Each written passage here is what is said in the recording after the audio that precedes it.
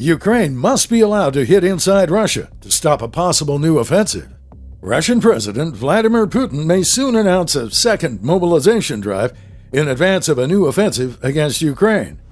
While Ukraine has, over the last year, driven Russian forces out of much of Ukraine, it's only done so at a tremendous human cost. Putin's dream of a 2-week victory may be gone, but he still believes he can win a war of attrition. Ukraine, after all, has less than 1/3 of Russia's population. Even with Western resupply, Ukraine is burning through munitions faster than Western governments can supply them. Moscow also knows that European unity is transitory.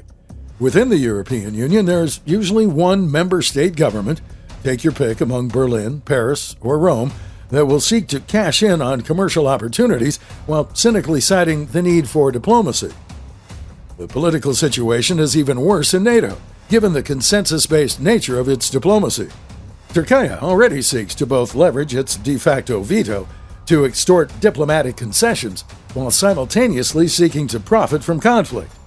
For Putin, all these factors together lead him to believe that he can win his war if he only transforms the entirety of Ukraine into a 21st century Stalingrad.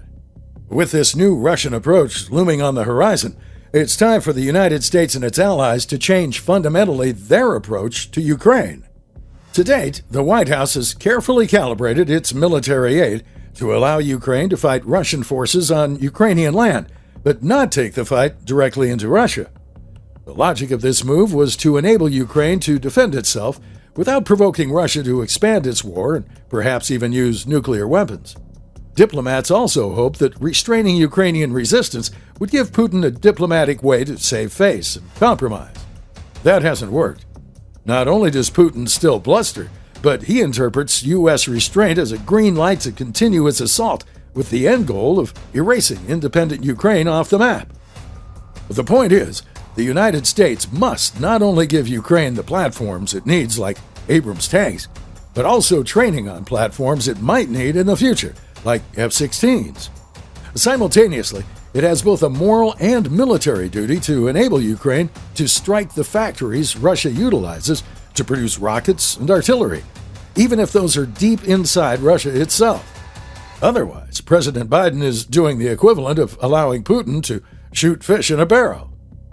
With a new Russian offensive potentially looming, the same logic applies.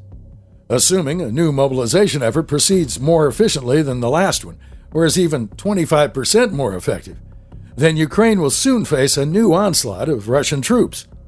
Most will be poorly armed and have low morale, but numbers matter. The Russian Ministry of Defense will need to assemble them, equip them, and transport them into Ukrainian territory. The best way to blunt their impact and protect Ukraine is to allow Ukraine to strike them as they assemble and move toward the Ukrainian frontier.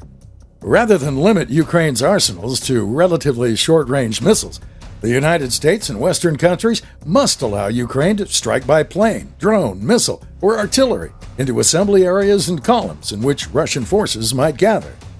Providing Kyiv alternatives would also mean less temptation to utilize cluster munitions against advancing Russian and mercenary forces. Neither Ukraine nor Russia, let alone the United States, are parties to the Convention on Cluster Munitions. Putin can't launch nuclear weapons himself, and every single aide knows that to facilitate their launch would mean near-instant death. For the Biden administration to self-deter does not bring peace. It only affirms to Putin that bluster and blackmail work, and encourages him to believe his dream of bringing Kyiv under Russian control is attainable. If Putin doesn't want escalation and another 12% of his army buried hastily in muddy Ukrainian fields, brought home in body bags, he has a single option: end hostilities now. It's now up to the White House and its European allies to convince him that this is his only choice. The best way to do this is to allow Kyiv to strike where it most matters and end Russia's offensive before it ever reaches Ukrainian soil.